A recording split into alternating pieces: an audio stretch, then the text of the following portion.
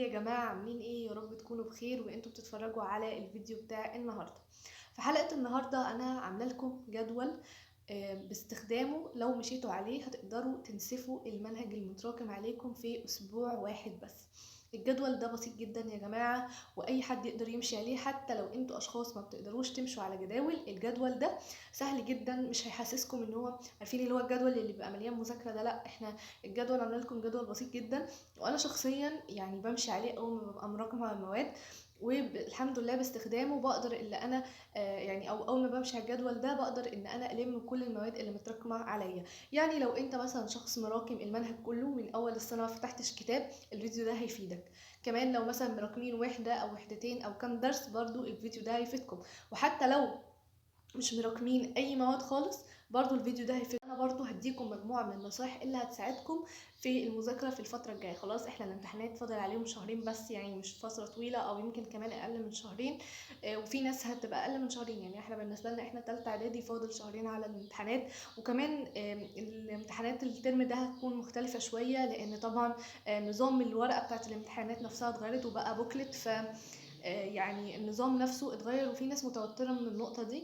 فان شاء الله في فيديو النهارده هقول لكم ازاي يعني تقدروا تتعاملوا مع شكل الورقه الجديد، ومع هل الاسئله شكلها هتختلف. كل الحاجات دي انا هقولها لكم في فيديو النهارده، وهقول لكم على مجموعه من النصائح اللي هتساعدكم في المذاكره في الفتره الجايه، بالاضافه طبعا الى الجدول بتاع لم المترو. انا حابه اعتذر لكم لو في صوت عصافير طالع او حاجه في الفيديو، لان احنا البيت حوالينا يعني ما شاء الله في عصافير كتيره جدا، وهم ما بيصوصوش غير لما اجي اسجل فيديو. المهم، هي دي الحاجات اللي احنا هنتكلم فيها في الفيديو النهارده. وطبعا لو دي اول مره تشوفوني، ما تنسوش تعملوا سبسكرايب للقناه وتفعلوا زر الجرس علشان يوصلكم كل فيديو بنزله. ودلوقتي يلا نبدا. بصوا يا جماعة، ده الجدول اللي أنا كنت بقول لكم عليه. الجدول لم المنهج في أسبوع واحد بس. أنا عملت لكم منه نسخة PDF وحطيتها لكم في أول تعليق مثبت، تقدروا تحملوها وتطبعوها من عند أي مركز طباعة. أنا طبعتها الورقة دي بجنيه، فتطبعوها انتوا كمان، تطبعوا الجدول وتعملوا الخطوات اللي هقول لكم عليها دلوقتي. شفتوا انا عملت لكم كده الجدول بينك، وحطيت لكم اللوجو بتاع القناه بتاعي. عايزاكم تعملوا دلوقتي سبسكرايب للقناه عشان نوصل لل2000 مشترك في اقرب وقت ممكن. دلوقتي بقى انا هقول لكم على الجدول. بعد ما خلاص طبعنا الجدول وقعدنا على المكتب وروقنا نفسنا، هنعمل ايه؟ اول حاجه، الجدول ده فيه 7 يعني عواميد او 7، اي هما عمدان او عواميد او زي ما بتسموهم، على عدد ايام الاسبوع. هنكتب ايام الاسبوع زي ما انا كتبتها قدامكم كده، بداية من السبت لحد الاثنين، او مثلا في اليوم اللي انتوا هتبدأوا فيه الجدول او الخطة بتاعتكم دي. يعني مثلا انتوا لو طبعتوا الجدول النهارده الخميس، انا منزله لكم الفيديو الخميس، لو طبعتوا الجدول الجمعه وهتبتدوا مثلا برضو من السبت، ما هتبقى هي مثلا لو طبعتوه الجمعه وهتبتدوا الخطه من الجمعه، خلاص خلوا اول يوم الجمعه. تمام؟ يعني خلوا اول يوم من اول يوم انتوا هتبتدوا فيه الخطه، مش شرط يكون اول يوم في الاسبوع يعني. بعد كده هنبتدي نكتب تحت كل يوم المادة اللي احنا عايزين نلمها في اليوم ده. انا بالنسبة لي مش مراكمة دروس كتير في كل مادة، يعني مثلا مراكمة درسين 3 كده، فهقدر المهم عادي يعني في يوم كامل. انا مش هذاكر اي حاجة في اليوم غير المادة دي، وانا عاملة الاسبوع ده هبقى عاملة فوكس على المذاكرة، يعني مش هركز في اي حاجة تاني، فاهميني؟ هبقى مثلا ممكن اهمل جوانب تانية، بس انا هركز في المذاكرة بس عشان الحق اخلص المتراكم عليا. اوكي؟ بس برضو مش هذاكر اليوم كله. انا بعد ما بحدد في كل يوم هذاكر مادة ايه، ببتدي بقى اعمل ايه؟ اقسم اليوم لفقرات دراسية. كل فقرة هيبقى هخلص فيها حاجة معينة، هخلص فيها درس معين، هخلص فيها وحدة معينة. طبعا لو انتوا مراكمين مثلا حاجات اصعب واطول، هتاخدوا في كل يومين مادة، فاهميني؟ فهتضطروا مثلا تعملوا جدول تاني، او مش عارفة، ممكن ابقى اعمل لكم جدول تاني للناس اللي مراكمة في كل يومين في يعني مواد اكتر، فبحيث ان هي تخلص المادة في يومين. هعمل لكم جدول اكبر من ده، وبرضه هحطه لكم في اول تعليق مثبت. بس لو انتم مراكمين دروس مش وحدات كاملة، او ما فتحتوش المنهج خالص، برضو الجدول ده برضو هيفيدكم. يعني هي انا هكبر لكم بس مساحة الايام، هخليهم 10 ايام بدل 7، عشان بحيث انكم تاخدوا كل مادة في يومين. ما علينا. بعد كده انا زي ما قلت لكم هنا، قلت العلوم هذاكروا مثلا من الساعة 10 الصبح للساعة 12، يعني عندي تقريبا 3 ساعات. وبعد كده اول درس، انتوا متخيلين 3 ساعات في اول درس هقدر اخلصه؟ مش مشكلة، انا مش مراكمة اول درس، انتوا فاهميني؟ بس هاخد الدرس الاولاني اللي في المواد اللي في المتراكم عليا في 3 ساعات، هقدر اسمعه وهقدر اذاكره.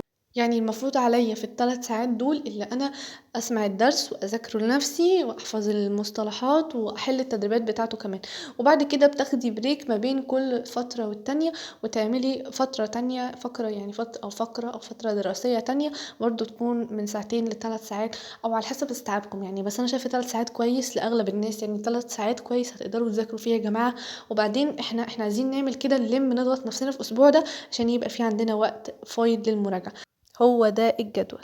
بصوا يا جماعة بقى بالنسبة لنظام البوكلت، عشان في ناس كتير مش فاهمة الموضوع وفي ناس بتلخبط بينه وما بين حاجة تانية. نظام البوكلت يا جماعة مش اختياري ولا حاجة، يعني الامتحان مش هيكون اختياري، يعني دي معلومة غلط. الامتحان هيكون عادي جدا، نفس الأسئلة العادية، أسئلة مقالية وأسئلة اختياري وصح وغلط، والأسئلة اللي احنا متعودين عليها عادي جدا ومسائل وكل حاجة. انما بقى اللي مختلف ان احنا بدل ما احنا هنجاوب في ورقه خارجيه ويبقى معانا ورقه الاسئله ناخدها واحنا مروحين، لا احنا هنجاوب في نفس ورقه الاسئله. يعني هم هيدمجوا لنا كراسه الاجابه في ورقه الاسئله. وانا شايفه ان دي حاجه كويسه، لان احنا مثلا واحنا بننقل الاسئله، او مثلا احنا بنحل دلوقتي سؤال في ورقه اللي بننقل اجابته في ورقه الاجابه، فاحنا ممكن من غير قصد عنا او بيبقى الورقه مليانه اسئله عنا ما تاخدش بالها من سؤال او ما ناخدش بالنا من سؤال، فاحنا اساسا ما نكتبش اجابته. انما كده هيبقى كل سؤال تحتيه مسافه او تحتيه مساحه نقدر نكتب فيها اجابته.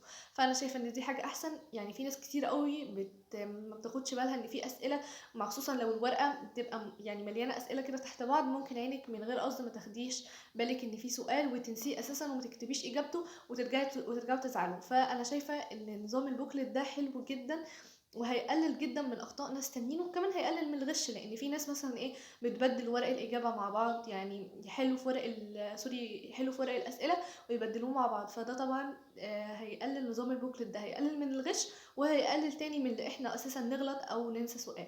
طيب في دلوقتي حد هيسألني ويقول لي فين يا فاطمة النصايح اللي انتي قلت لنا عليها في اول الفيديو؟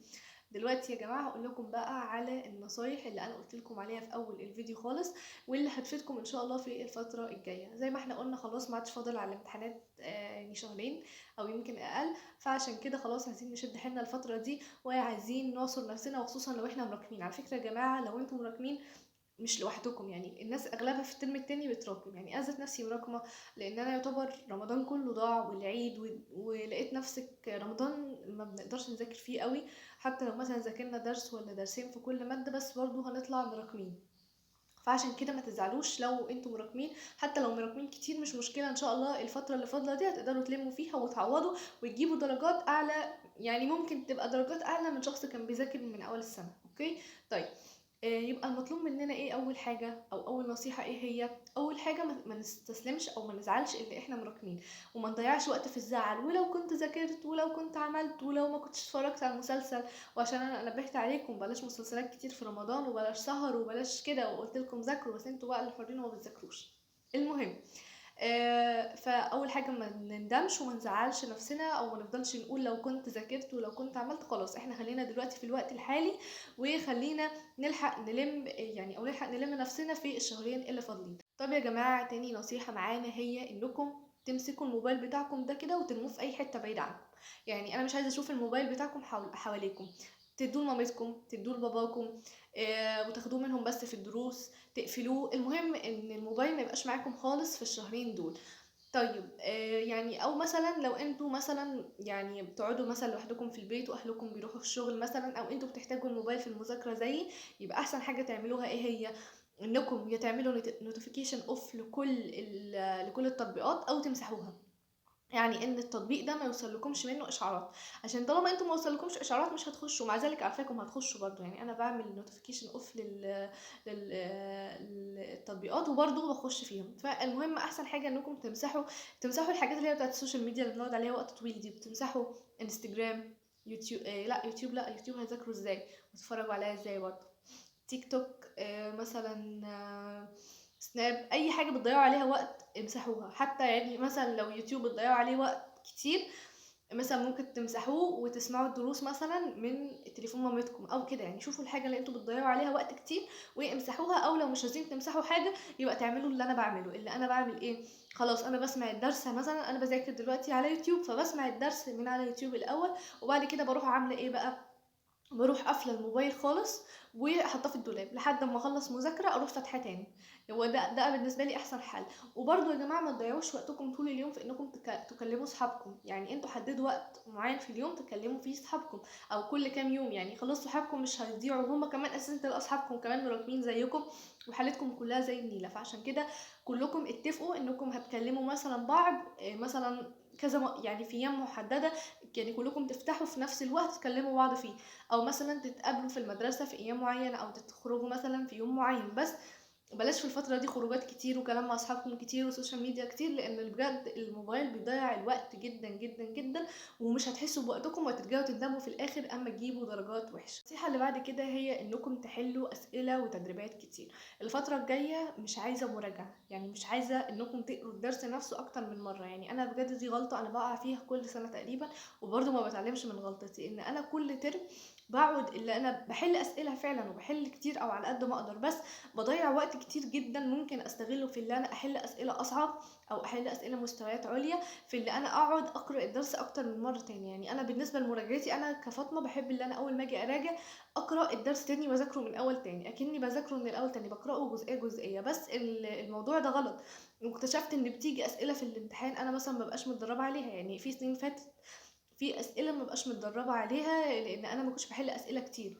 لكن صراحه السنه دي بدات اتدارك الموضوع ده خطوه خطوه، وحليت في الترم الاولاني اسئله اكتر بكتير من ان انا كنت يعني براجع الدرس. كانت مراجعتي حل اسئله اكتر من ان انا اراجع الدرس نفسه واقراه اكتر من مره. فعشان كده عايزاكم الفتره الجايه تحلوا اسئله كتير. شوفوا اسئله مستويات عليا على على النت، حلوا كمان اللي هي أسئلة اللي هي التقييمات الأسبوعية والشهرية دي اللي بتنزلها. يا جماعة الفيديو فصل، فيعني ايه هنسجل تاني بقى. احنا وقفنا عند اللي انا قلت لكم حلوا أسئلة كتير زي اللي هي التقييمات الأسبوعية والشهرية اللي بتكون الوزارة منزلاها، فحلوها دي بتكون مهمة جدا، بيجي منها كتير في الامتحانات. بس كده هي دي اغلب النصايح اللي عايزاكم تمشوا عليها، مفيش حاجة تاني. يعني هي النصايح العامة زي انكم تنظموا وقتكم، تبعدوا الموبايل عنكم، وتحلوا اسئله كتير. صدقوني لو في الشهرين دول التزمتوا بالثلاث حاجات دول خلاص انتوا كده هتقفلوا ان شاء الله وتجيبوا الدرجات، او تجيبوا الدرجات اللي انتوا عايزينها. وفي حاجة تانية، بلاش يا جماعة نتفزلك في فترة الامتحانات. يعني ايه نتفزلك في فترة الامتحانات؟ يعني في ناس كتيرة جدا بتبقى عايزة تغير حياتها وتيجي عايزة تغير حياتها في شهرين الامتحانات، وعايزة تعمل بيزنس بتاعها، وعايزة تلعب رياضة، وبتتعلم وبتشوف حاجات تعملها في الصيف. كل الحاجات دي يا جماعة اعملوها بعد الامتحانات، لكن مش جايين تعملوا كل ده في هما شهرين بالظبط وانتوا اساسا مراكمين. فما فيش وقت لحاجات مفزلكه كتير. وفي بنات عايزه تعمل جلو اب، او عايزه تتعلم مثلا تعمل شعرها ازاي، او تتعلم اي حاجه. او بغض النظر في ناس بتيجي تتفزلك في فتره الامتحانات، فبلاش فزلكه يا جماعه، ويخلصوا الاول من المذاكره اللي وراكم، وبعد كده الحاجات دي تتعمل في الاجازه في الروقان. كده يا جماعه ده كان فيديو النهارده، اتمنى يكون عجبكم واستفدتوا منه. وعايزاكم يا جماعه تحملوا الجدول اللي انا قلت لكم عليه، هسيبه لكم في اول تعليق مثبت. انا عامله لكم منه نسخه PDF، هسيبها لكم في اول تعليق مثبت. خشوا على اللينك اللي هسيبه لكم وحملوا الجدول واطبعوه من عند اي مركز طباعه. زي ما قلت لكم هيبقى 8 جنيه ولا 2 جنيه، يعني مش مكلف. وعايزاكم تمشوا على الجدول ده زي ما احنا اتفقنا في فيديو النهارده، وترجعوا تكتبوا لي في الكومنتس هل قدرتوا تلموا المواد اللي متراكمه عليكم ولا لا. وطبعا لو في اي مثلا مشكله بتواجهكم او عايزين تسالوني على اي حاجه اكتبوا لي في الكومنتس، وانا ان شاء الله برد عليكم كلكم. ولو الفيديو عجبكم ما تنسوش تعملوا له لايك وتعملوا شير للفيديو مع اصحابكم وقرايبكم علشان يستفادوا هم كمان. واستنوني في فيديو جديد. باي.